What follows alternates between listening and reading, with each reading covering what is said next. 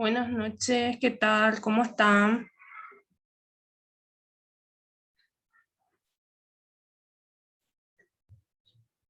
Espero que estén todos bien.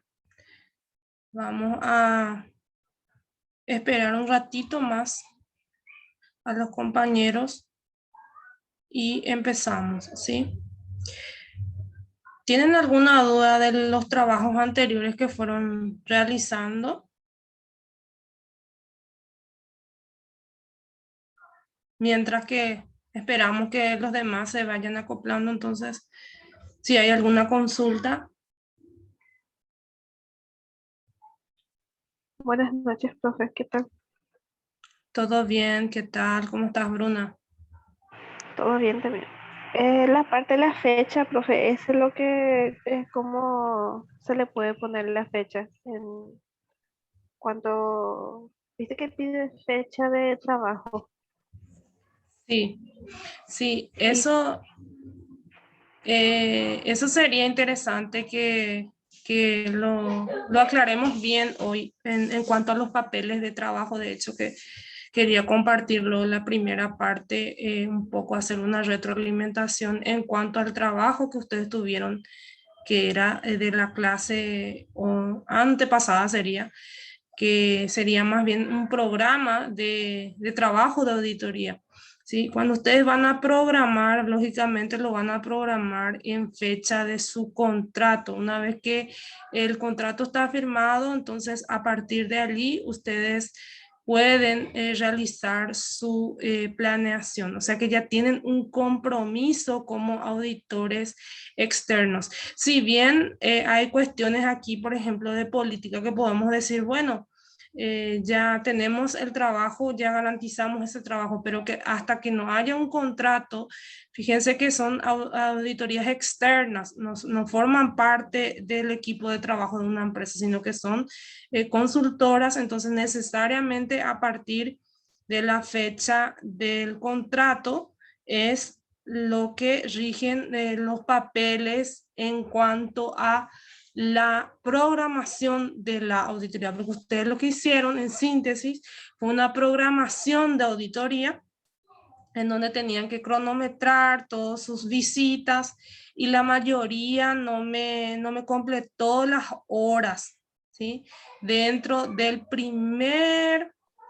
creo que era de la primera planilla, voy a fijarme un poco, auditoría de estados financieros, la distribución del trabajo. Voy a compartir un poco esa planilla que visto que hubo muchas falencias en cuanto a su rellenado, ¿sí?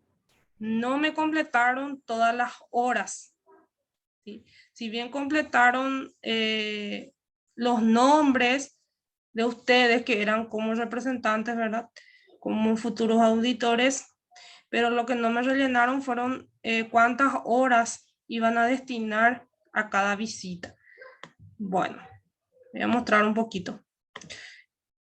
A ver, un poco la distribución del trabajo. Bueno, inicialmente aquí en el membrete, si se fijan, dice auditores SRL. Allí tienen que poner el nombre o tendrían que haber puesto el nombre de su consultora, ¿sí? Y la fecha sería la misma fecha que figura dentro del contrato. Y les recuerdo una vez más, la auditoría, al menos de los estados financieros, que fue el contrato que ustedes elaboraron, tiene que ser sobre ejercicio cerrado. ¿Qué significa eso? Si voy a auditar un balance, tiene que ser el año pasado. Sí, este año todavía no rige, todavía no terminó y como en lógica no tenemos todavía nuestro balance hecho. ¿Sí? Cerrado en ese caso. Entonces, aquí tenemos el cálculo de las horas del proyecto, ¿sí? El cliente al cual nosotros vamos a servir, o sea, a darle o prestarle ese servicio, el RUC y el contacto. Y aquí figura el servicio de auditoría de los estados financieros, en su mayoría me hubiesen puesto 2020. ¿Sí? Puede ser años anteriores, 2019, 2018, pero generalmente se audita ya el año siguiente el balance cerrado. Entonces sería 2020. ¿sí? Y aquí los cargos, los nombres, ¿sí? Pueden ser varios nombres, ustedes podrían crear varios nombres, apellidos y demás. Y aquí es la cuestión de las horas. En la primera visita, ¿cuántas horas voy a ir a la empresa a recargar la información? En la segunda visita, ¿cuántas horas? Si van a ir las dos personas o solamente va a ir una persona y otros y los demás. Y el socio gerente ya no va. Generalmente el socio gerente no va, luego generalmente va el supervisor, el encargado y los asistentes. En su mayoría los asistentes. Entonces, ¿qué es lo que ustedes hacen? Cronometran todito las horas que van a ir. ¿Por qué? Porque a partir de esto se saca un costo, ¿sí? En el cual incurre realizar esa auditoría, porque en base a las horas que me va a tomar mi auditoría o la auditoría a ser realizada es lo que realizo mi presupuesto. Entonces, por eso pedía esta tabla de equipo de trabajo y cantidad de horas a utilizar. Creo que una cuestión allí que faltó en su mayoría de los trabajos fue la equidad en cuanto y la distribución en las visitas. Por ejemplo, en la primera visita el socio gerente no va, entonces pongo 0. En ninguna de las visitas él no va. ¿Sí? Entonces, voy a poner 0 allí. Ok, voy a volver a compartir. Se fue. Bueno. Y así. Sin embargo, ya el supervisor sí se va a ir en la primera visita, en la segunda visita no, y se van a ir cuántas horas cada persona. Una vez que tengo todo eso, es lo que las horas estimadas en general ya del proyecto. ¿Sí? Esto ya es una distribución general del proyecto. ¿Sí? Las partes principales nada más. Y aquí voy a poner desde qué fecha hasta qué fecha pienso hacer de esta actividad. Y la mayoría me pasó solamente fecha desde que inició, ¿sí? Y nunca me pusieron la fecha hasta qué fecha iba a hacer este trabajo de campo, por ejemplo. Puede ser desde la fecha que inició y vamos a destinarle un 15 días, entonces tenía que pasar hasta tal fecha, hasta 15 días después. Y de esos 15 días hacer el otro trabajo, que es evaluación del control interno. Entonces, eso vendría a ser lo que tenía que haber cronometrado y esta parte es lo que creo que no se entendió. Y posteriormente, esta parte sí, la gran mayoría completaron todo acorde a lo que eligieron, ¿sí? Y acá distribuyeron nuevamente las horas. Pero ¿qué pasó? Que aquí nosotros tenemos un total horas que tiene que coincidir con el primer cuadro, ¿sí?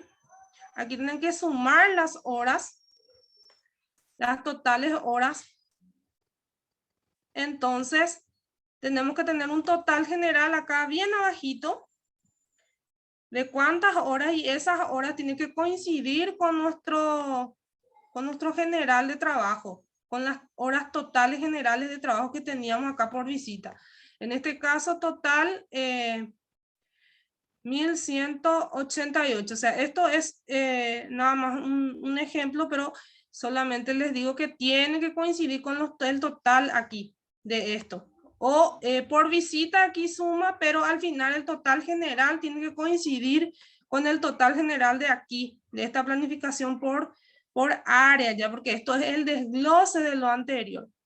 Y creo que esa parte es lo que fue en cuanto a las horas estimadas que no pudieron completar. Si bien la carta de gerencia sí y el contrato también hubo algunos errores, pero muy relativo en cuanto a la fecha o al ejercicio o a la firma o el nombre, pero nada demasiado relevante. Bueno, entonces en síntesis, esto sería prácticamente un programa de trabajo antes, lógicamente, de iniciar el trabajo. O sea, esto se cronometra más o menos cuántos meses me va a tomar, 1 mes y medio, 2 meses, realizar una auditoría, ¿sí? De los estados financieros. Entonces, eso era lo que, no sé si contesté la pregunta a la compañera. A ver si ya estamos un poquito más. Sí, profe, gracias. Ok, entonces, cuando se trata, hago la aclaración, como existen varios tipos de auditoría, como ustedes vieron en la clase pasada, otro tipo de auditoría, esta auditoría que realizamos inicialmente es externa, o sea, fuera de la empresa y requiere de un contrato, ¿sí? Firmado por el representante legal para que yo pueda decir, ah, bueno, tengo un compromiso, y el compromiso comienza a partir del cual dice en ese contrato. Entonces, a partir de esa fecha, yo empiezo a hacer mi cronograma de trabajo destinando horas, ¿sí? Horas a auditoría. Bueno, muy bien. Siendo así, en las cuestiones de auditoría administrativa creo que no tuvieron tanto problema, o sí, en el trabajo anterior de la clase pasada sería el lunes. ¿Alguna duda referente a esa tarea asignada?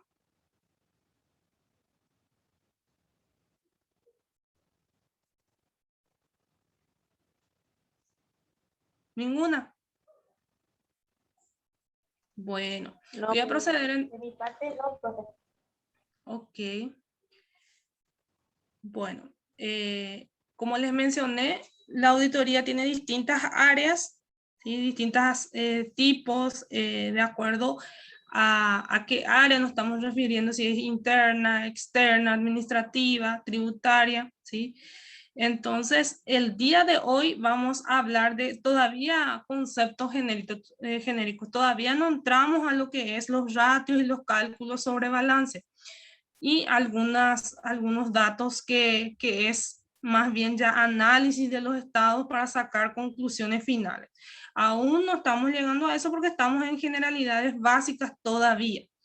Entonces, voy a proceder a compartir el Power el día de hoy y espero que sea bastante participativo el día de hoy porque es un tema bastante conocido y muy hablado realmente. Bueno, inicialmente tenemos una frase que nos dice de la siguiente manera: hay tres grupos de personas, las que hacen las cosas, las que hacen que las cosas sucedan, los que miran las cosas que suceden y aquellos que se preguntan qué sucedió. Esto lo dijo Nicholas Murray Buttel. Entonces, ¿qué me dice esta frase un poco? A ver si alguien lo puede volver a leer y me puede sacar una conclusión o una opinión, aunque sea de la frase. Les escucho.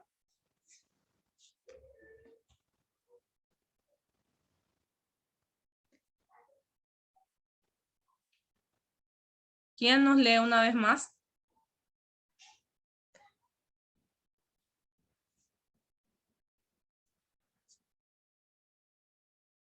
Sí, levanta la mano, por favor.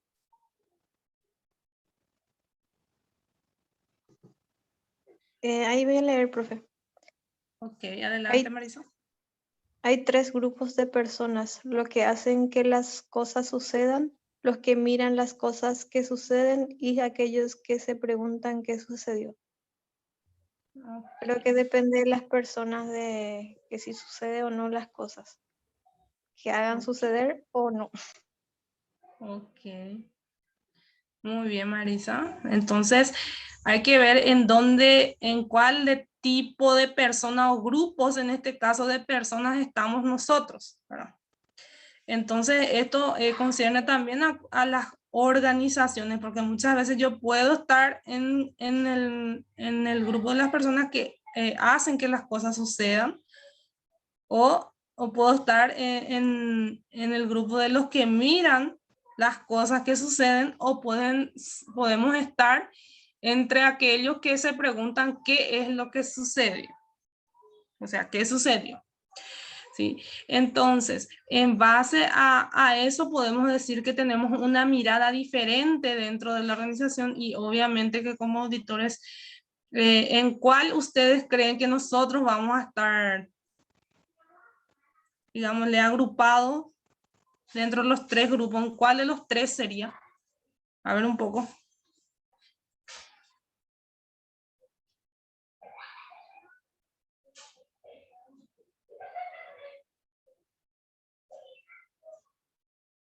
¿Cuál de los tres grupos seríamos? Uno nada más.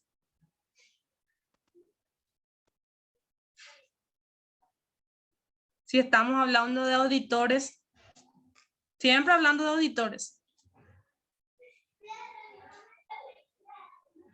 ¿Alguna idea?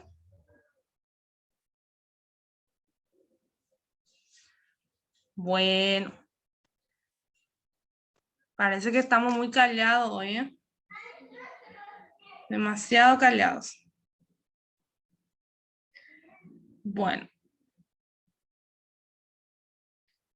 Nosotros como auditores vemos lo que está sucediendo, supervisamos lo que está sucediendo o simplemente trabajamos en base a lo que ya pasó. ¿Sí o cuál de los tres? A ver un poco.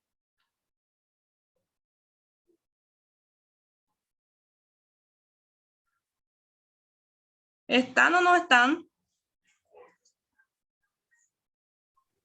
En mi Aquí opinión, Adelante. profe, en mi opinión, los que miran las cosas que suceden, no sé si, Porque pero- porque creo que hay que mirar bien, examinar lo que sucede, según eso hacer las cosas. ok. Ok. ¿Quién más quería opinar? Lo mismo que la compañera, profe. Lo mismo, ok. Pero los que miran las cosas que suceden, ¿sí? No tienen gran incidencia, solamente miran, solamente observan, ¿sí? Y aquellos que se preguntan qué sucedió, se basan ya en algo hecho, ¿sí? En hechos pasados, ¿sí? Entonces ahí revelo que en los auditores trabajamos en hechos que ya pasaron, ¿sí? Entonces nos ubicamos en el tercer grupo de aquellos que se preguntan qué sucedió aquí, ¿sí? ¿Por qué? Porque las cosas ya están hechas, ¿sí? Los que miran las cosas que suceden vendría a ser en este caso los supervisores internos o los departamentos de control interno, ¿sí? Entonces ellos están y observan y están pendientes.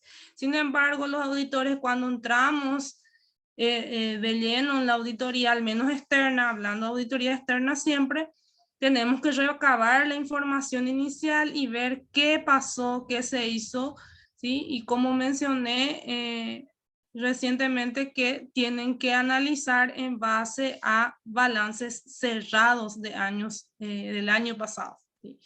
Entonces nos ubicamos en este caso en aquellos que se preguntan qué sucedió. Bueno, vamos a adentrarnos entonces al tema del día de hoy. Y allí van a poder ver imágenes y a ver un poco qué les dicen las imágenes, si pueden observar un poco. Les doy un tiempo para que observen y después saquen sus conclusiones. Aquí en la primera imagen tenemos, si se fijan, dice la ocasión hace al ladrón, la segunda también y la tercera también, ¿sí? Son tres imágenes que nos llaman a hacer algo o a actuar de cierta manera.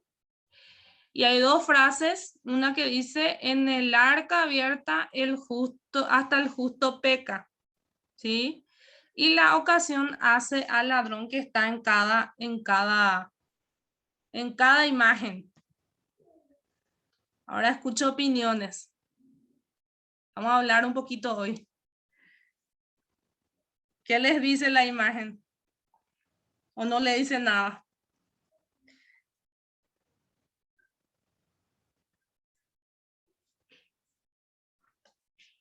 ¿No les dice nada?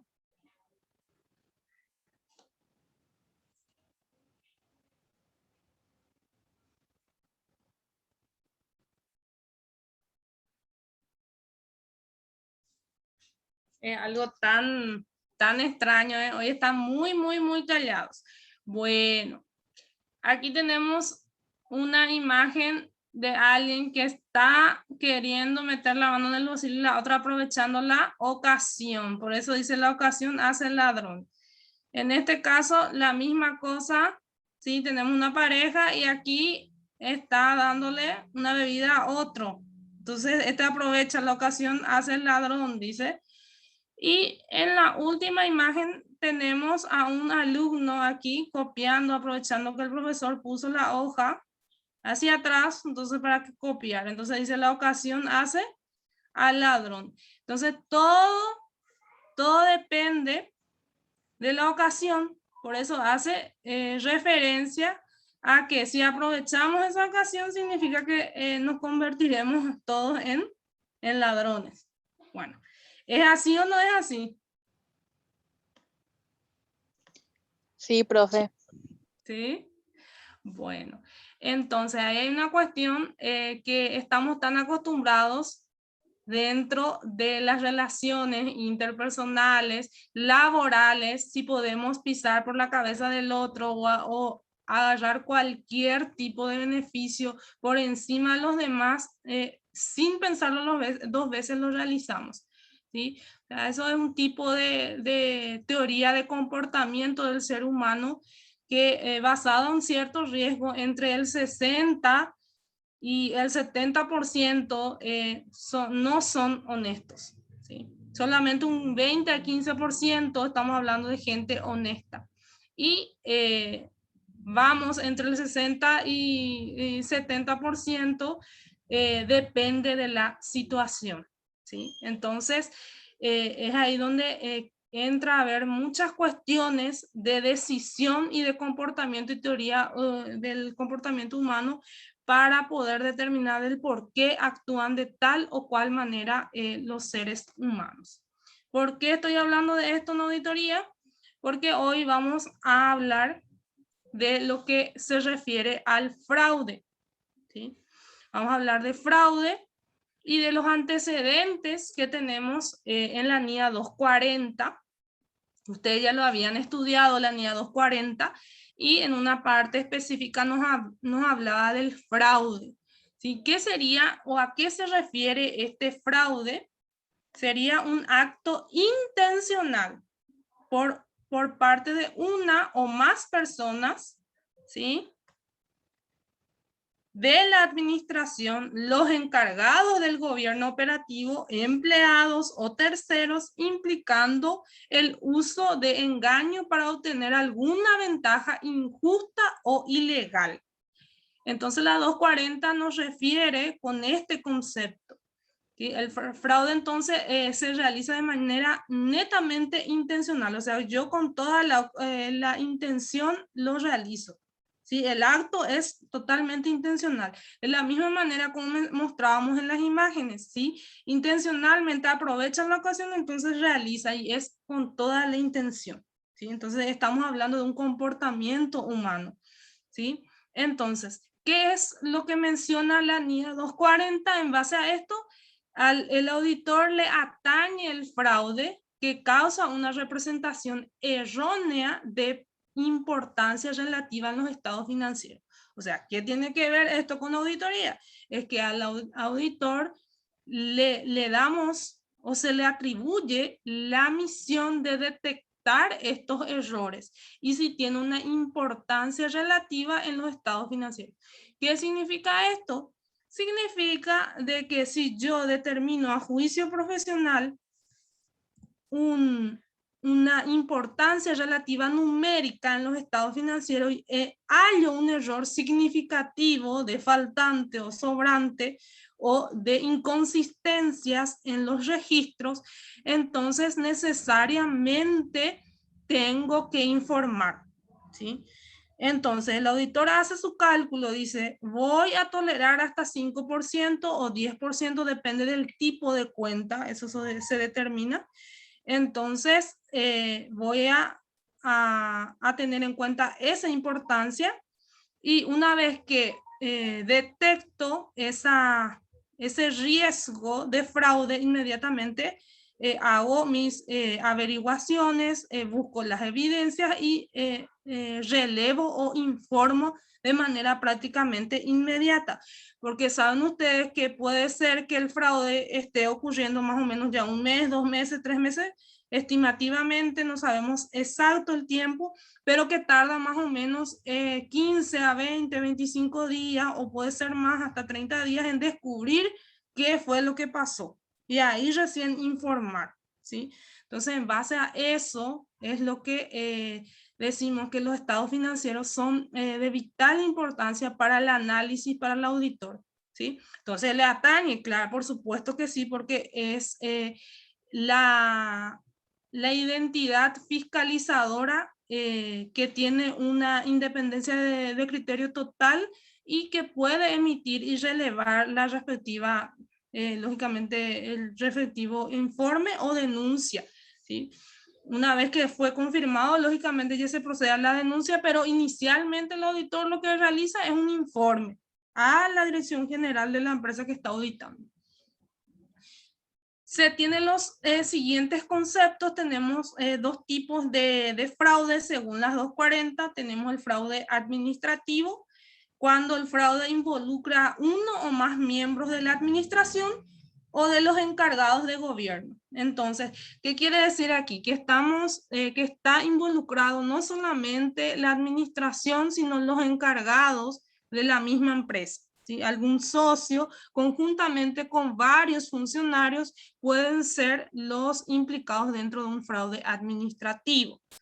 Luego tenemos el fraude de empleados, cuando el fraude de empleados involucra solo a los empleados de una entidad, se refiere a este tipo de fraudes. Entonces tenemos dos, uno es el administrativo y el otro es el de empleados. Aquí menciona que en cualquiera de los dos casos puede haber colusión dentro de la entidad o con terceros fuera de ella. Entonces las implicancias son muy altas, ¿sí? En cuanto a cualquier tipo de fraude, dependiendo de la magnitud que se haya realizado y dependiendo también de la magnitud de la empresa también, de la entidad involucrada, ¿sí? Bueno, entonces a partir de este antecedente vamos a lo que se refiere los dos tipos de representaciones erróneas intencionales que son relevantes para el auditor. Uno es la representación errónea que resulten de información financiera fraudulenta y otra puede ser la representación errónea que resulten de la malversación o malversación de activos en general, ¿sí? de todos los activos. ¿En qué se diferencian los dos? Por un lado, la información financiera puede ser un balance totalmente adulterado en la cantidad, en la cantidad de partidas, en las cuentas que pueden ser inexistentes. O sea, en síntesis, puede haber muchos errores voluntarios dentro de un balance. Por eso llamamos información financiera fraudulenta.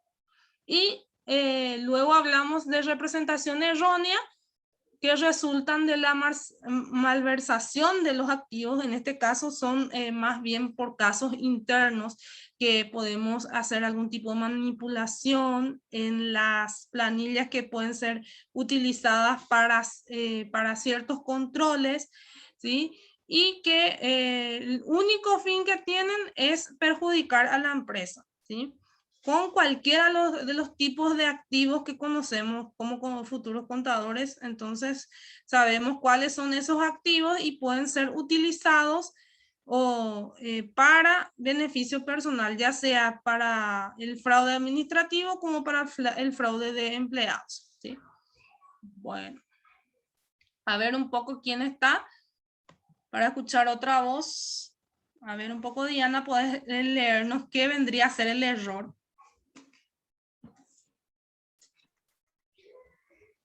El error se refiere a una representación errónea, no intencional, en los estados financieros, incluyendo la omisión de una cantidad o de una relevación, como las siguientes: una equivocación en la compilación o procesamiento de datos, con lo que se preparan los estados financieros.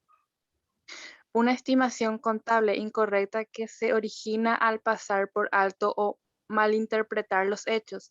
Una equivocación en la aplicación de principios de contabilidad relativa o valuación. Reconocimiento, clasificación, presentación o relevación. Muchas gracias, Diana.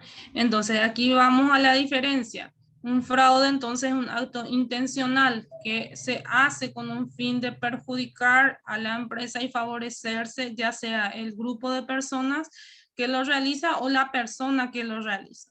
Sin embargo, un error es un error involuntario, o sea, lo llamamos error involuntario a cualquier equivocación que haya en el cálculo, especialmente en el área técnica, ¿sí? Porque hay varias normativas de evaluación de costos, de evaluación de propiedad, planta y equipo, de cálculos de depreciación y revalúo, pueden ser también en la registración, en la manera de registrar el asiento de un préstamo, en los descuentos obtenidos y concedidos. O sea, hay varios tipos de errores que pueden llegar a cometerse.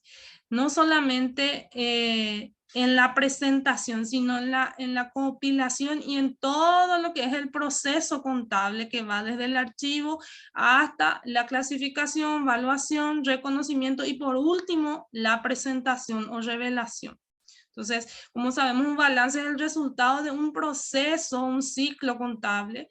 Entonces, en alguno de esos pasos o procedimientos hubo un error que llevó al otro error y por consecuencia se reveló de esa manera, ¿sí? Entonces, este tipo de acción simplemente es considerado error. Entonces, ahí tenemos una diferencia entre fraude y error. Bueno, posteriormente tenemos el triángulo de fraude. Allí tenemos una consulta que dice, ¿por qué las personas cometen fraude? Y en donde la mayor parte de los empresarios que cometen un fraude son delincuentes primarios que no poseen historial criminal, ¿sí? Entonces, aquí la consigna es ¿por qué? ¿Por qué lo realizan? Y menciona de que en su gran mayoría no tienen antecedentes o historial criminal las personas que realizan este tipo de actos, o sea, los fraudulentos, ¿sí? Y aquí menciona un motivo. Tiene que haber un motivo, que es el defraudador tiene algún problema financiero. O sea, llegamos a la lógica de que sí tiene un problema financiero, por lo cual lo realiza, ¿verdad? La oportunidad es el otro factor. La oportunidad que acabamos de mencionar también en las imágenes anteriores, dice, busca la manera de usar o abusar de su puesto de confianza con la percepción de que el riesgo de que le sea sorprendido sea bajo. Generalmente, gente, las personas fraudulentas son las que se les da cargo de mayor confianza, aunque ustedes no le crean. Y no tienen, o sea, tienen una seguridad tal de que creen de que no van a ser descubiertos, ¿sí? O sea, tienen una confianza, una plena confianza en la oportunidad, ¿sí? Eso hace a la oportunidad, la confianza hace también a la oportunidad, ¿sí? Entonces ahí hay una contrapuesta. Hay que tener la confianza, pero ¿hasta qué punto de confianza? ¿Sí? Y sabemos que cuando hablamos de bienes, estamos hablando de bienes de terceras personas, bienes que pertenecen a las empresas, los activos que pertenecen a las empresas. Entonces allí es un bien ajeno, ¿sí? Y siempre tiene que haber cierto recelo, aunque muchos creen que esto no es importante o que a lo mejor puede ser demasiado argel, algunos dicen, pero no es así. En realidad, la oportunidad muchas veces hace al ladrón, entonces hay que atender, hay que tener normas claras, hay que tener reglamentos internos claros, procedimientos claros, personas autorizadas y no. Y así evitar muchas situaciones que pueden llevar a cometer este tipo de fraude, ¿verdad? O cualquier tipo de fraude. Por último, menciona aquí la racionalización. Quien comete el fraude legitima o justifica su acción. Este incluye una actitud o de sentimiento de derecho y creencia que la empresa puede soportar. O sea que, ¿qué pasa con la persona fraudulenta? Generalmente cree que tiene luego ese derecho porque a lo mejor le pagan poco, a lo mejor tiene un pensamiento de que merece más, entonces justifica totalmente su accionar con eso y hasta él mismo cree eso, entonces llega a ese nivel de racionalización. Y el principal problema, como mencionamos, a partir del motivo, que parte del motivo es el financiero siempre, ¿sí?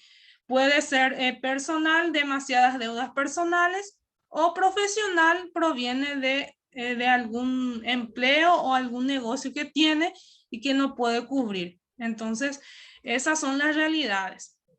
Y esto conlleva un triángulo que es así. Sería el triángulo del fraude, tenemos el motivo, que sería la presión o el incentivo que le lleva a cometer a la persona, la racionalización por un lado y la oportunidad por otro. Estos tres factores se dan dentro de un cargo, un puesto, para que una persona pueda realmente realizar el fraude. Y generalmente no tienen historial criminalístico y generalmente tienen cargos de mucha confianza, ¿sí? Entonces, unidos estos tres factores, hacemos un triángulo allí y determinamos de que estos pueden ser algunos de los factores determinantes. Ahora, a partir de esto podemos sacar enfoques de contención de fraude, en este caso, ¿qué podemos hacer al respecto? A partir de este tipo de pensamiento y de factores que pueden surgir dentro de las organizaciones. Primero tenemos el enfoque 1 y luego el enfoque 2. A ver, Marisa, si me puedes leer el enfoque 1 que hace referencia o respuesta a la racionalización o presión. En este caso vendría a ser el control como contención. ¿Cuáles serían los documentos que dan contención a ese tipo de enfoque? ¿Estás, Marisa, o no? Sí, profe. Racionalización, presión, control, código de ética, manuales de conducta, políticas de recursos humanos, evaluación del clima laboral, líneas de reporte de irregularidades, enfoque 2, oportunidad, sustantivo, modelos analíticos automatizados, no sé qué dice ahí, profe. Sí. Uso de escenarios de fraude predeterminados de análisis de circuitos, líneas de reporte de irregularidades. Muy bien, muchas gracias, Marisa. Bueno, entonces, ¿qué es lo que voy a hacer para evitar este tipo de fraude? Ante estos factores que hacen propio a la conducta humana para cometer estos fraudes. Entonces, uno es la cuestión del control. Tenemos que tener para la racionalización, porque se cree, recuerden que dijimos que se cree la idea de que merece luego hacer para ganar más o para tener una mejor compensación, entonces realiza ese acto fraudulento. Entonces, ¿qué hacemos o qué hace la organización en contrapuesta? Es tener un código de ética, ¿sí? Los códigos de ética son importantes porque son los parámetros que orientan el actuar o la conducta humana. Entonces, necesariamente tenemos que tener un código de ética dentro de nuestras organizaciones. Una cultura organizacional, un clima organizacional. Entonces, hablamos de manuales de conducta, de políticas de recursos humanos, ¿sí? Valorarle, reconocerle su esfuerzo, su labor, ¿sí? La evaluación también del clima laboral, ¿sí? Siempre es importante saber cómo estamos en cuanto a recursos humanos, qué falta mejorar, y las líneas de reportes de irregularidades. Las líneas de reporte se refiere a esas líneas que se utilizan en la organización ante cualquier error que pueda llegar a cometerse dentro de cualquiera de las operaciones internas de una empresa.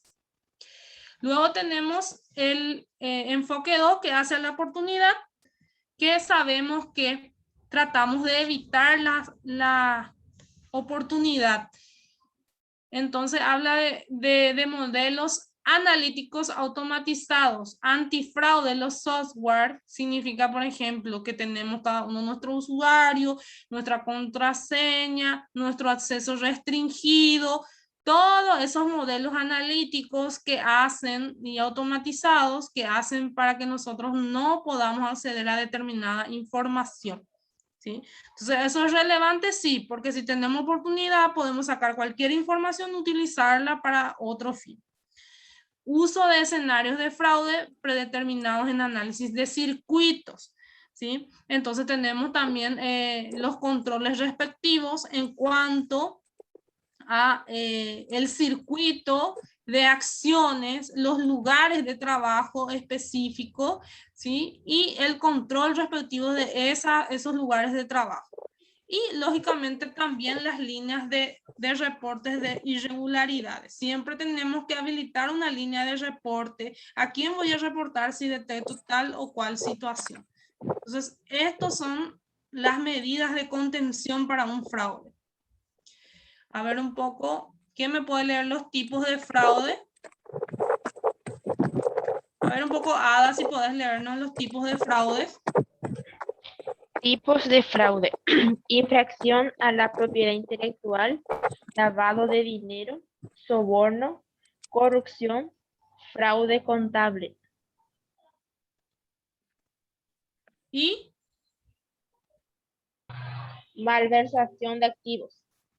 ok, gracias, Ada. Exactamente. Cuando hablamos de fraude contable, nos estamos refiriendo a todos los procesos contables que fueron manipulados para cometer dicho fraude, ¿sí? Luego hablamos de corrupción, cuando ya es prácticamente una masa de acciones, por decirlo de alguna manera, ya que lleva a un sistema completo de fraude para beneficiarse, ya sea un ente, una persona física o un grupo de personas. Luego tenemos lavado de dinero, que es muy utilizado también. A ver un poco, ¿quién tiene abierto su micrófono? A ver un poco. Ahí está. ¿Se escucha ahí? Ok. Luego tenemos la infracción a la propiedad intelectual, que hacemos generalmente cuando no mencionamos al autor o utilizamos una obra o un nombre de una empresa, en el caso empresarial, sin la respectiva autorización. Eso también puede tomarse a partir de la reglamentación o de la ley como infracción a la propiedad intelectual.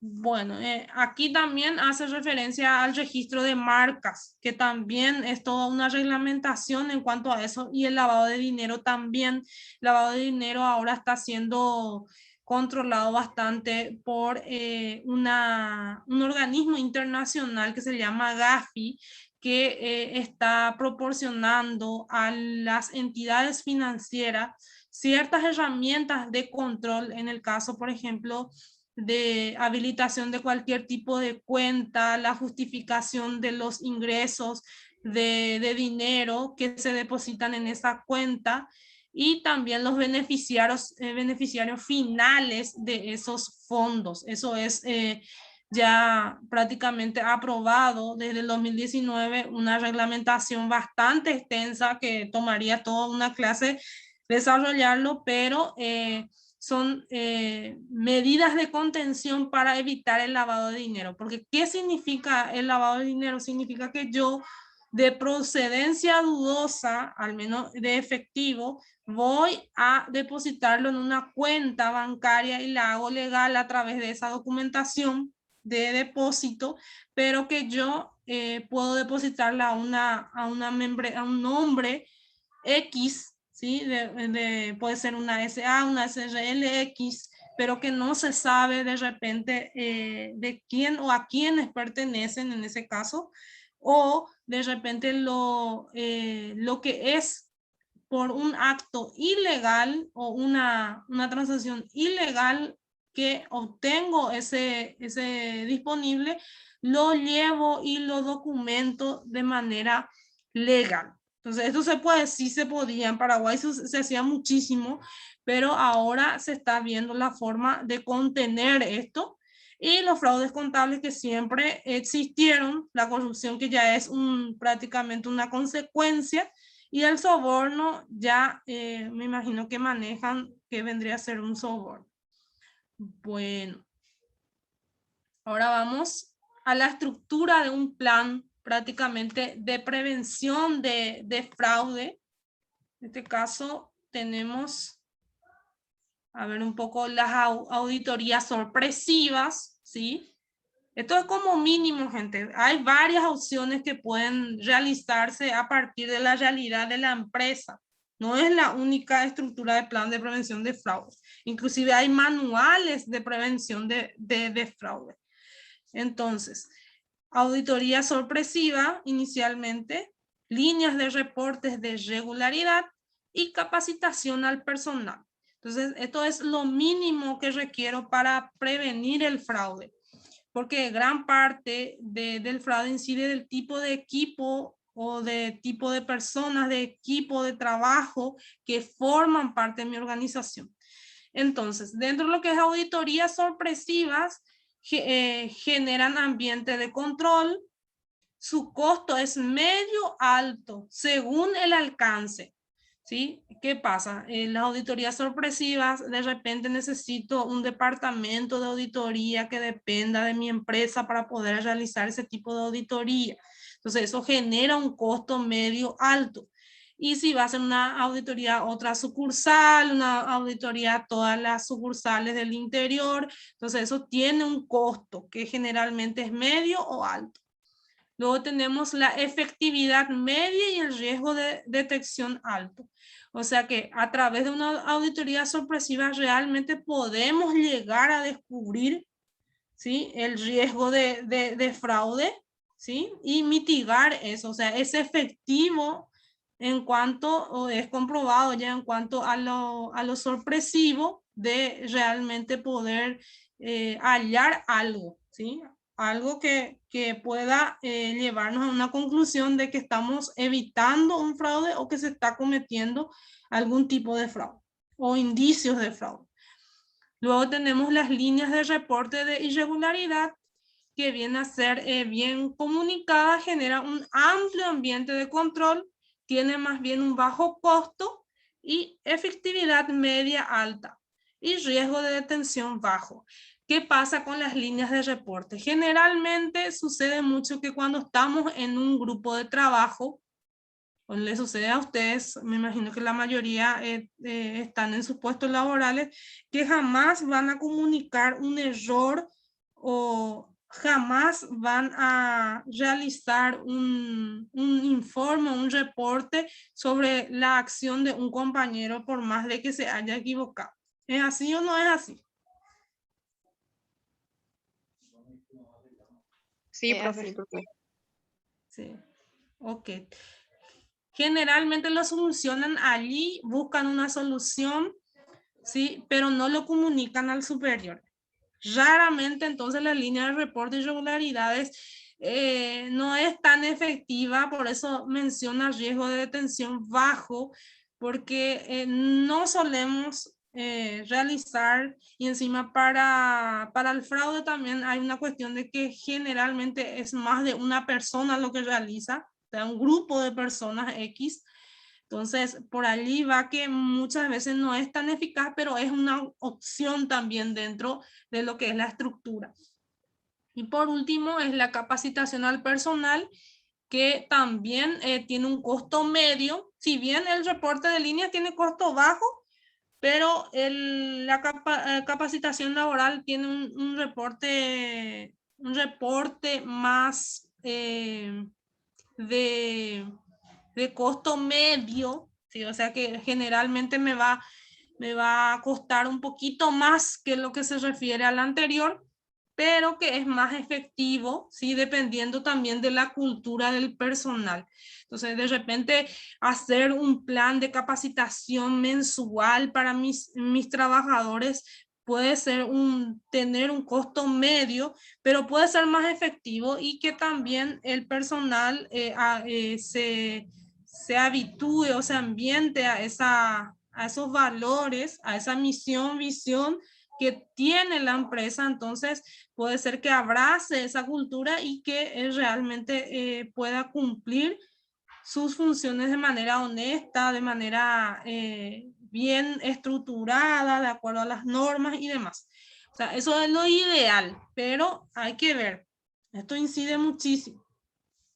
Bueno, ¿se entendió hasta allí?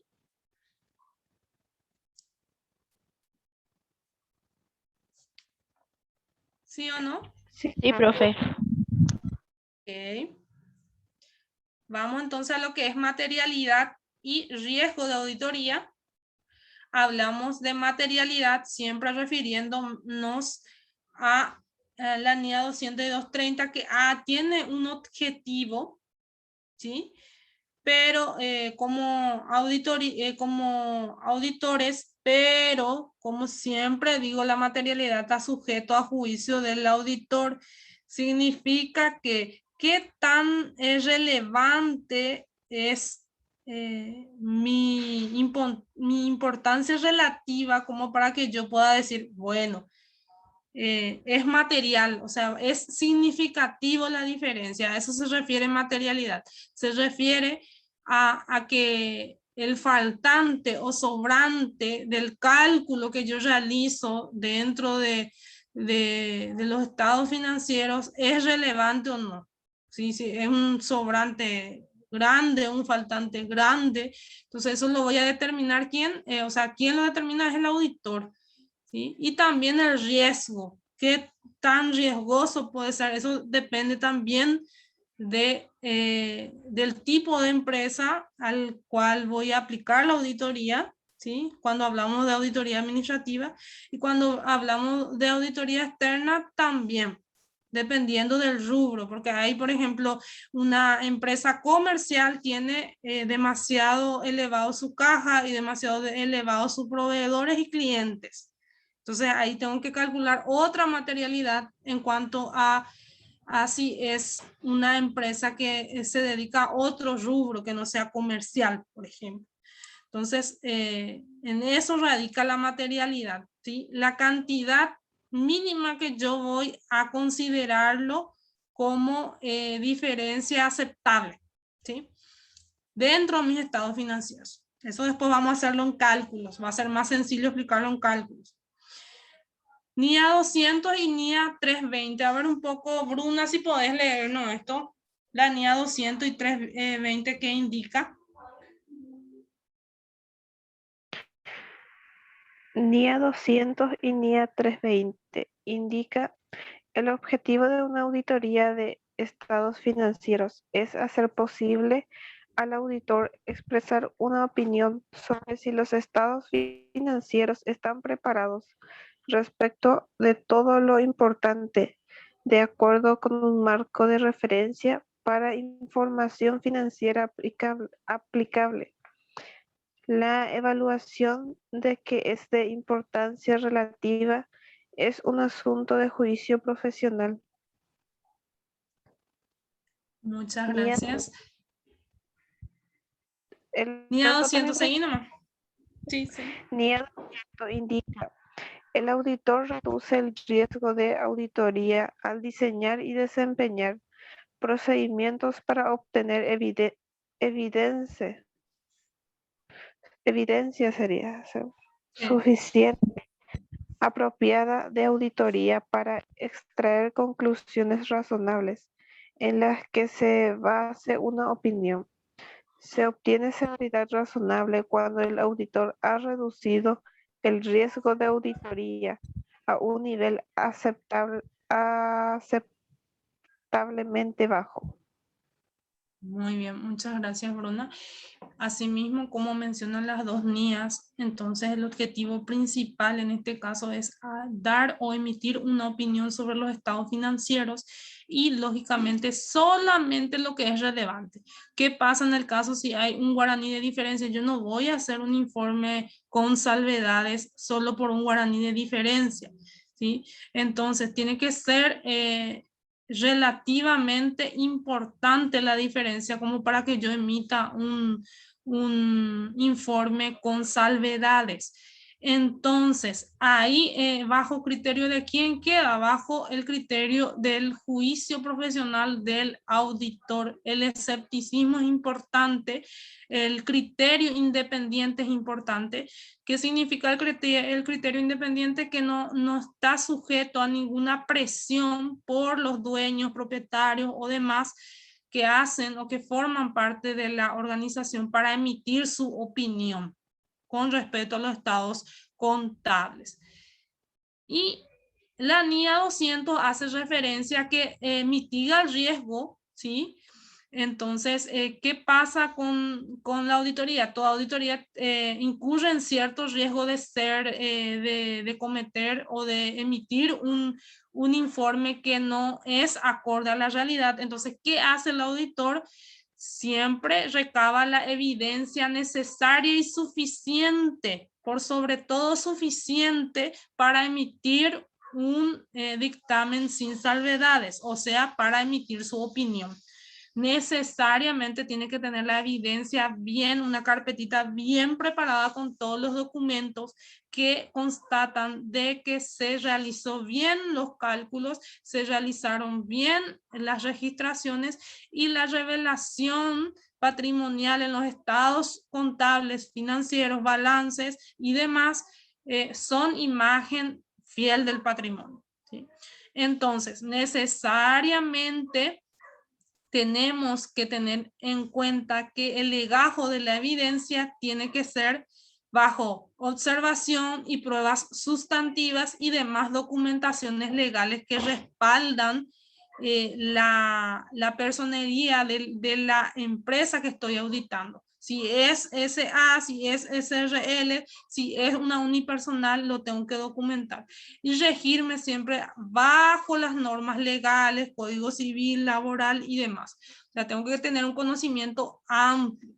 Entonces, la evidencia generalmente tiene que ser bastante sustanciosa para emitir el dictamen, sin salvedades, porque si no, yo estoy corriendo un riesgo de que si yo audité, si está sin salvedades todo el balance, está muy bien, pero que había sido, si tenía ciertos errores que eran bastante importantes y que con otra auditoría puede ser que lo descubran y allí está en tela de juicio en mi reputación, mi registro profesional y muchas otras cuestiones, y el prestigio mismo del profesional. Entonces, muy pocas veces sucede eso, pero en realidad suele haber casos también. Entonces, a tener en cuenta, tener la suficiente evidencia y realizar el trabajo respectivo. Hablamos de materialidad e importancia relativa. Creo que ustedes ya lo habían desarrollado en la NIA en el primer trabajo. ¿En qué consistía la importancia relativa? Hace referencia a un monto de importancia relativa o materialidad, ¿sí? Importancia relativa es sinónimo de materialidad. Entonces, ahí para que no se me confundan en los términos, ¿sí? Para auditoría es establecer una medida de tolerancia sobre los errores. Entonces yo voy a tolerar un 5 o 10% de tal cuenta, de tal cuenta, de tal cuenta. En caja puedo tolerar hasta 20% y así estimar eso, ¿sí? A eso se refiere importancia relativa. Si no supera ese tope, entonces no es importante o no es relevante para informar. A eso se refiere. Entonces, hace referencia a la medida de tolerancia sobre los errores o desviaciones que pueden existir y no sean detectados por nuestro trabajo de auditoría, a fin de minimizar el riesgo de emitir una opinión sin salvedad sobre estos estados financieros que contienen errores importantes o desviaciones a los principios de contabilidad. Entonces, necesariamente tengo que conocer bien los principios de contabilidad para poder sacar un informe o una opinión o emitir una opinión sobre los estados contables referidos. Y hay riesgo en auditoría, como todo trabajo tiene su riesgo también. Auditoría tiene el riesgo inherente, el riesgo de control y los riesgos propios de cada trabajo, ¿sí? De cada servicio. En este caso, auditoría también. Riesgo inherente, ¿a qué se refiere? A ver un poco si Diana puedes leernos el concepto de riesgo inherente. Importancia. ¿Ese, profe? El riesgo inherente.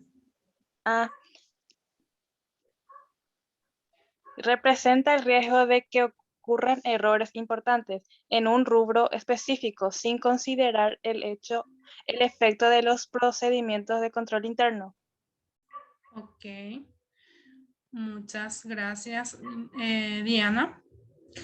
Entonces, cuando hablamos de riesgo inherente, vendría a ser esos errores importantes que pueden llegar a incidir en nuestro estado contable, pero que se dieron no porque el estado contable estaba mal, o sea, el balance en este caso estaba mal, sino que es un error que proviene del control interno de la empresa.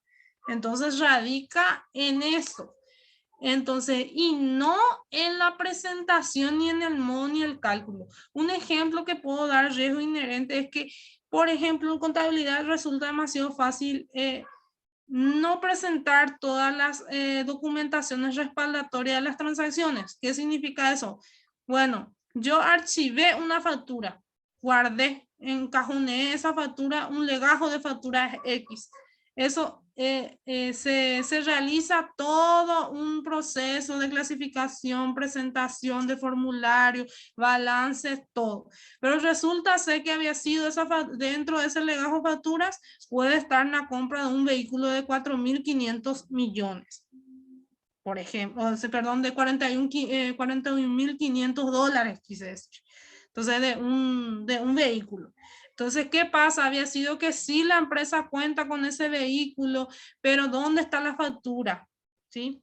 Y cosas así. Entonces, eso ya no es más un riesgo propio de la auditoría. El riesgo está en que es un riesgo interno, del control interno, no de la presentación. Entonces, necesariamente ya no ahonda más cuando hablamos de auditoría externa y los estados contables o estados financieros, ya no ahonda más en el control interno específico o de áreas específicas. Para eso tenemos auditoría administrativa, ¿verdad? Entonces, el riesgo está en que no se haya presentado eso, ¿sí? Pero es ya un riesgo que lo asume la auditoría, ¿sí? Entonces, un riesgo inherente, ¿sí?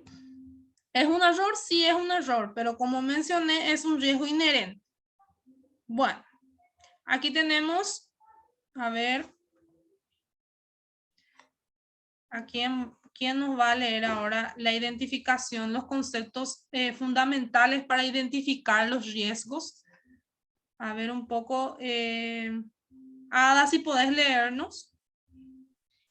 Identificar los riesgos. Evaluar su susceptibilidad a distorsiones, errores en la información financiera, incluyendo errores o fraudes.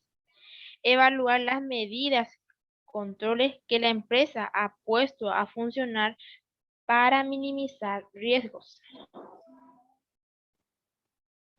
Muchas gracias. Entonces, lo que buscamos es identificar primeramente los errores, ¿sí? Los errores y los posibles fraudes.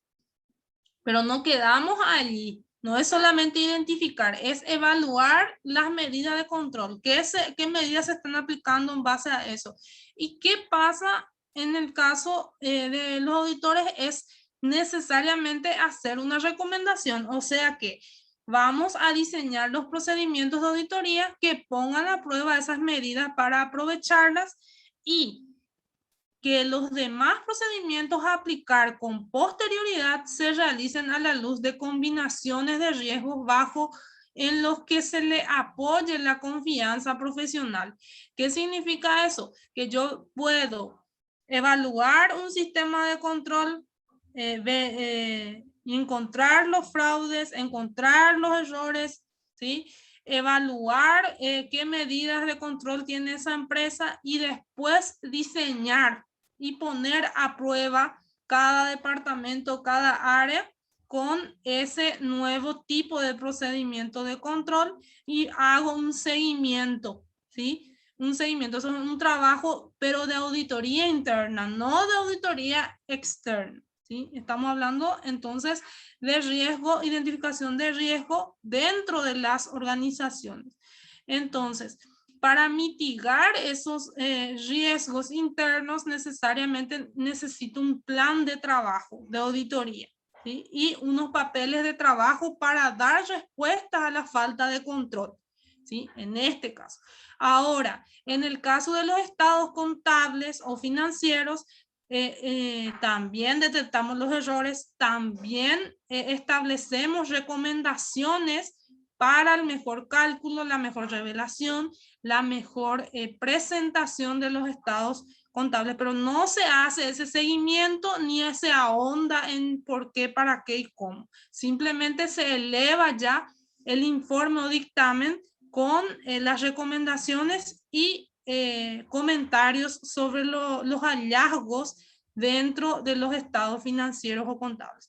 O sea, ahí hay una diferencia y siempre lo tienen bien claro esa parte. A ver un poco, Bruna, si nos lees la NIA 315.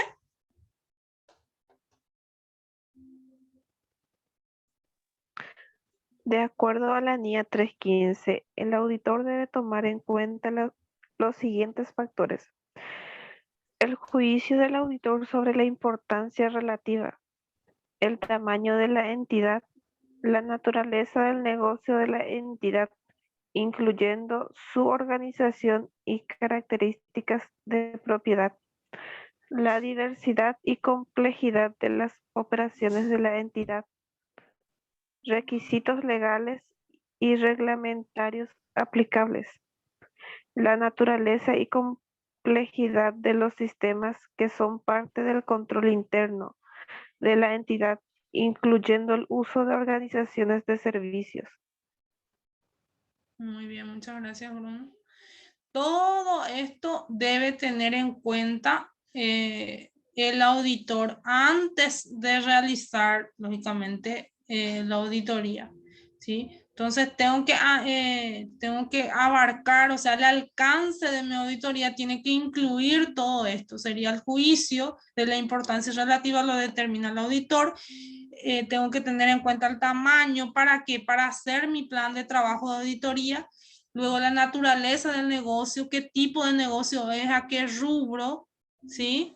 Y la diversidad y la complejidad de operaciones, porque imagínense si vamos a auditar una cooperativa de crédito y ahorro, o vamos a auditar, no es lo mismo auditar un pequeño negocio, unipersonal, ¿sí? Que solamente tiene un solo local y sin embargo la cooperativa de crédito de ahorro tiene varias sucursales, ¿sí? Entonces todo eso tenemos que tener en cuenta al realizar o a planificar los controles respectivos que vamos a aplicar para auditoría, para realizar la auditoría.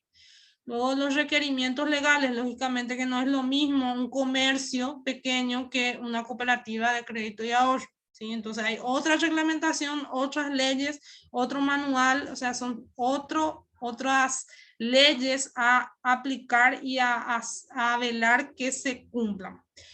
Y por último, la naturaleza, ¿sí? La naturaleza del sistema de control, el método de trabajo, el sistema de trabajo interno de las empresas. Cada empresa tiene su propio sistema de control interno y eso se tiene que estudiar y conocer, que es prácticamente toda una clase que es conocimiento del negocio o conocimiento de la entidad. Entonces tenemos que conocer primero para poder aplicar. Bueno. Riesgos específicos de control de una entidad relacionadas con la tecnología de información. Allí también tenemos que tener en cuenta que tenemos varios programas, ¿sí? Y sistemas dentro de las organizaciones que deben ser realmente involucrados y ser verificados en cuanto a qué, en cuanto al acceso, ¿sí? A las restricciones y demás. Y también tener un manual para eso, ¿sí? O sea, yo en teoría tengo acceso a tal y tal icono y demás iconos ya no. Todas esas cuestiones, ¿sí? Y también de repente la intervención manual inapropiada que hace referencia aquí es también otra cuestión de que muchas veces, bueno, no tenemos sistema, lo hacemos manual y cosas así. ¿Qué hacer en esos casos? ¿Sí? ¿De qué manera proceder? Entonces tenemos que tener un manual de procedimientos para prever todas esas situaciones, ¿sí? Y por último, como mencionamos, potencial pérdida de datos o incapacidad de acceder a datos que según se requieran. ¿Y qué pasa? Muchas veces lo tenemos almacenado absolutamente todo en la máquina y de qué manera eso va a incidir después si es que tenemos algún robo, extravío, tenemos una copia de seguridad, no hay copia de seguridad de los datos del sistema y cuestiones que hacen a la tecnología de información. Bueno, y hasta allí.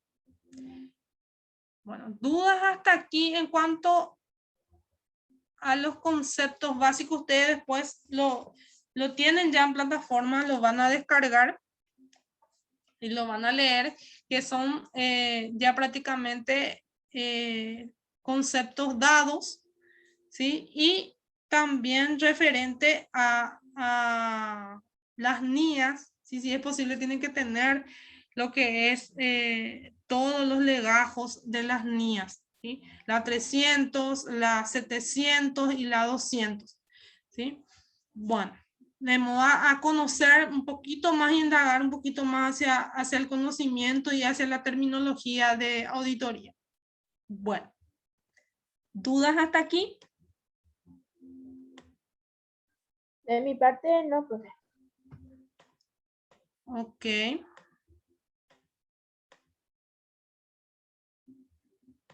Bueno, voy a proceder entonces a darle la guía de trabajo y a explicarle un poquito qué es lo que tienen que hacer. Voy a buscar mi guía de trabajo. Un ratito.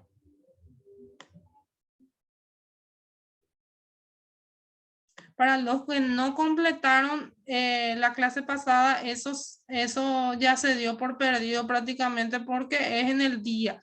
Les recuerdo que las clases asincrónicas en el día son la entrega de los trabajos. Hago la aclaración. Y la gente que no marca su asistencia también. Eso ya fue ya. Recuerden, un punto y un punto. Un punto en Zoom. Tampoco voy a valer todos los puntos solo porque puso en plataforma, si no estuvo en Zoom. ¿Sí? Bueno. Ahí vamos a compartir un ratito. Bueno, la guía es algo sencilla, es algo muy sencillo. Aquí ustedes tienen un estudio de caso. El estudio de caso es número 3, ¿sí? Nada más para adentrarnos a conocimientos básicos que hace referencia a una empresa, pone el nombre de la empresa, el rubro, el área, acá tiene que tener acento, el área, y el inicio de la auditoría administrativa. Es un estudio de caso de auditoría administrativa.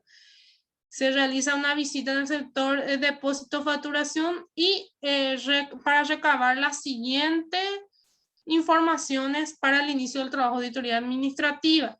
Y aquí hace referencia a la encuesta que se le realizó a los funcionarios y cuáles fueron los hallazgos, porque ustedes saben que generalmente se hace un cuestionario de conocimiento de la entidad para luego basarnos en hacer recomendaciones y realizar la respectiva auditoría y pruebas sustantivas, ¿sí?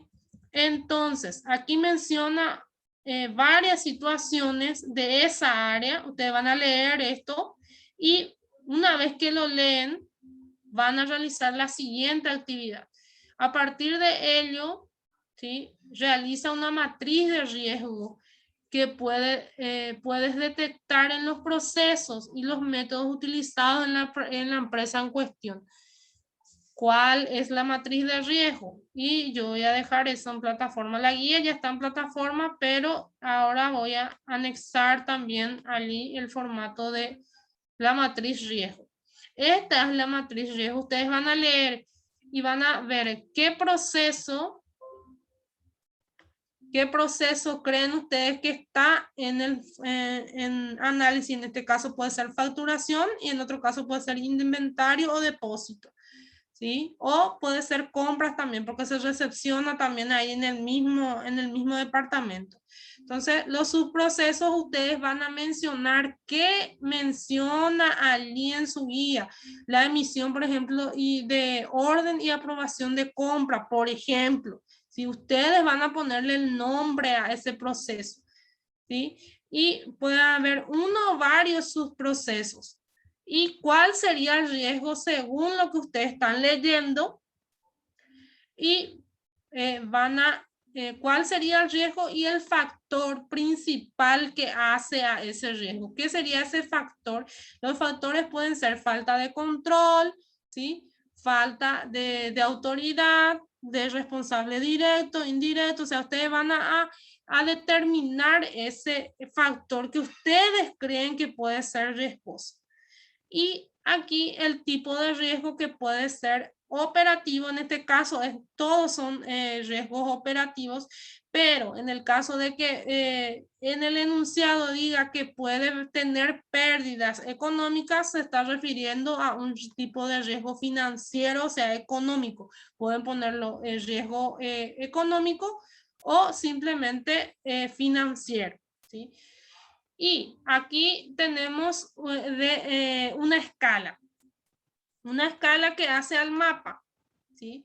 Aquí tenemos el mapeo del riesgo y tenemos de 1 al 4 la probabilidad de que ocurra ese evento. Entonces ustedes van a ver si va a ocurrir, si puede ocurrir una vez o 2 veces nomás, queda en la zona verde todavía. Si ocurre 3 veces o más de 3 veces, ese evento está en la zona amarilla, intermedia.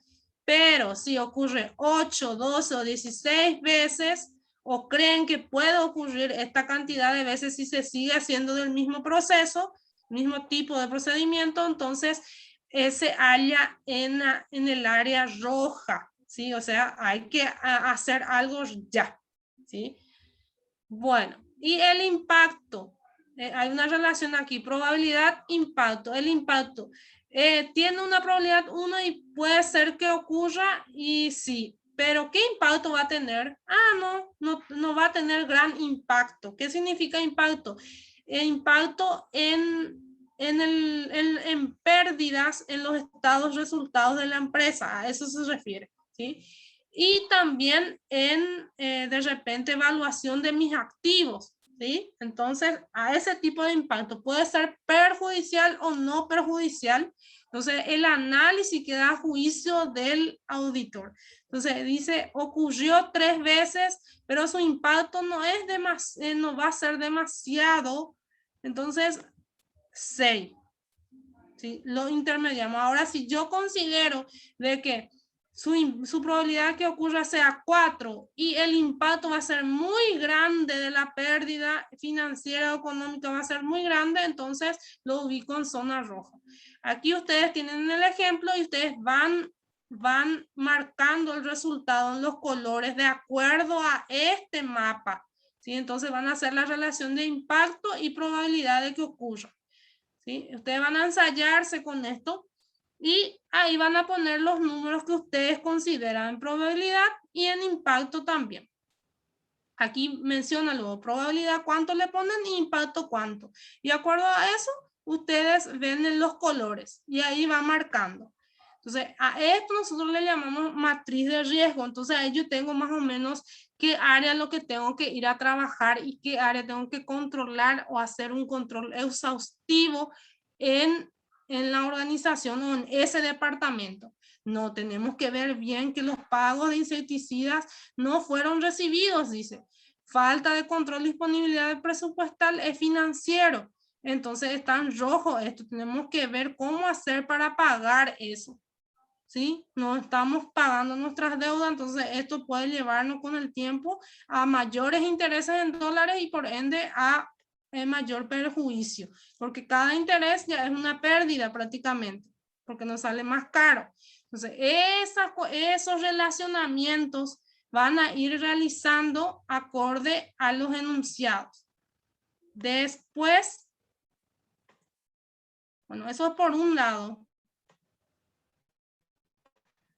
Después tenemos, realiza un listado de mejoras que propones a partir de los enunciados. Se van a leer y a partir de eso, ¿qué ustedes proponen como recomendación? ¿Sí? Para mejorar.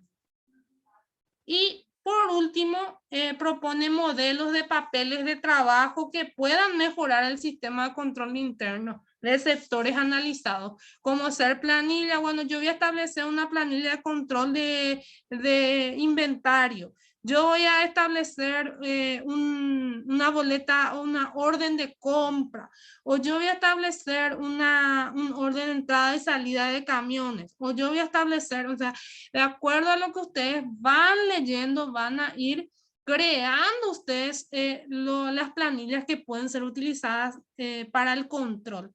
Entonces, a lo que voy es que tenemos que ser ágiles en crear y no solamente en copiar lo que ya está hecho o simplemente realmente copiar o solamente observar o realizar y no crear, ¿sí? Entonces, lo ideal sería que creen ustedes sus mismas planillas, ¿sí? Lo ideal.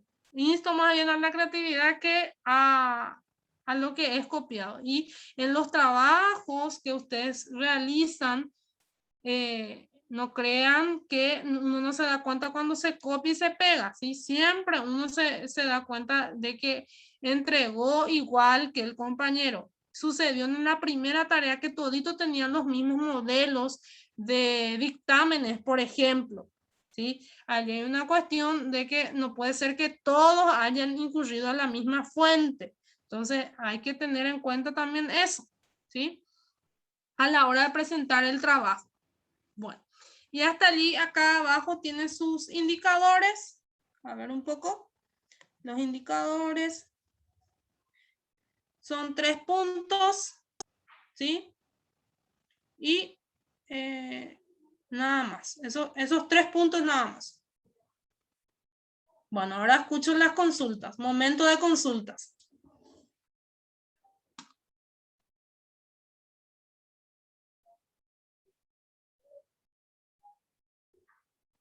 ¿No hay consultas?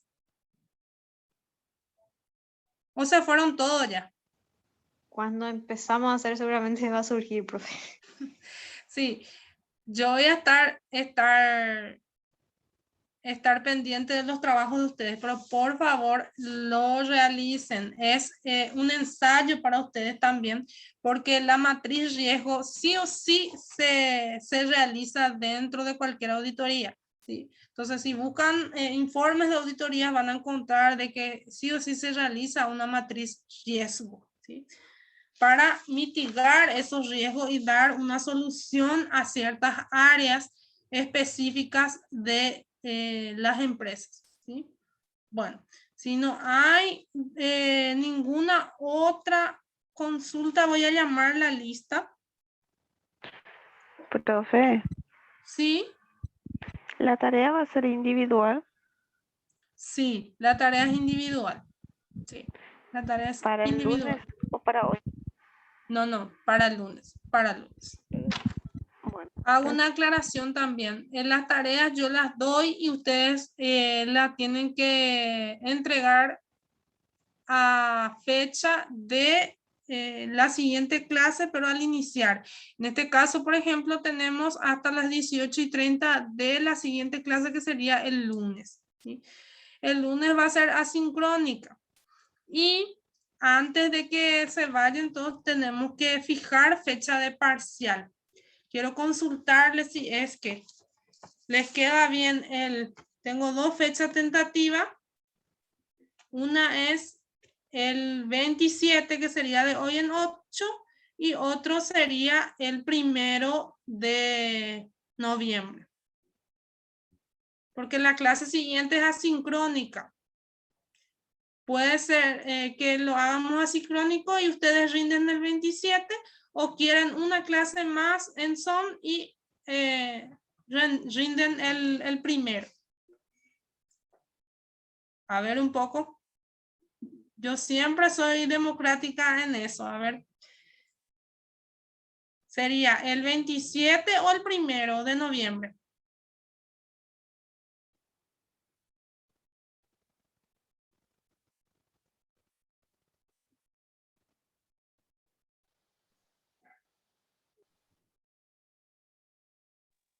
¿Qué fecha les queda mejor? ¿Cómo? Yo no tengo problema en la fecha, bro.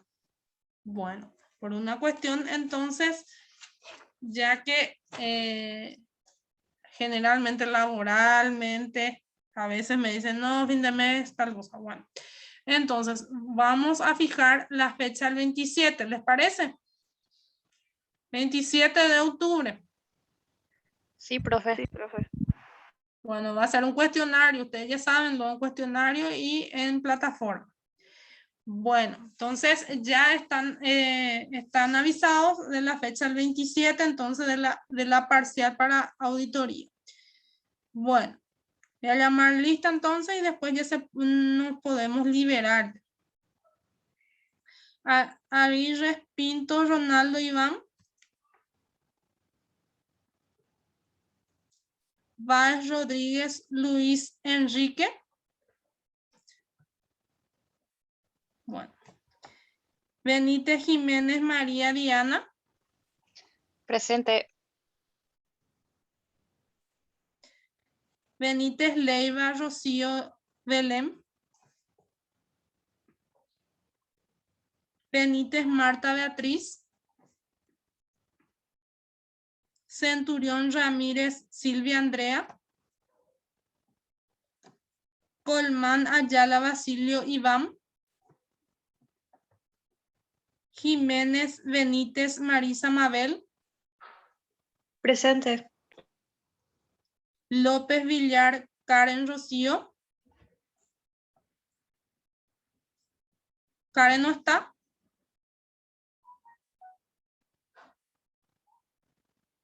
Martínez, Celso, Germán. Presente, profe. Ok, presente. Moreno, Romina, Magdalena. Núñez, Ojeda, Irma.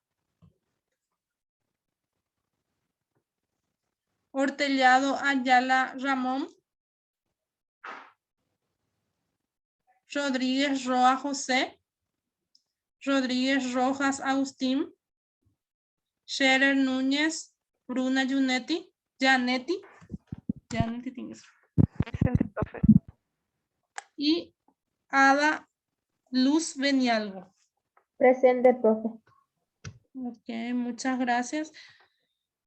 De mi parte, que tengan muy buenas noches y esperemos mejorar las ausencias para la clase que viene. Y prepárense para el 27, ¿sí? Agenden ya la fecha 27, entonces la parcial. Que tengan muy buenas noches para todos. Buenas noches, profesor. Buenas noches.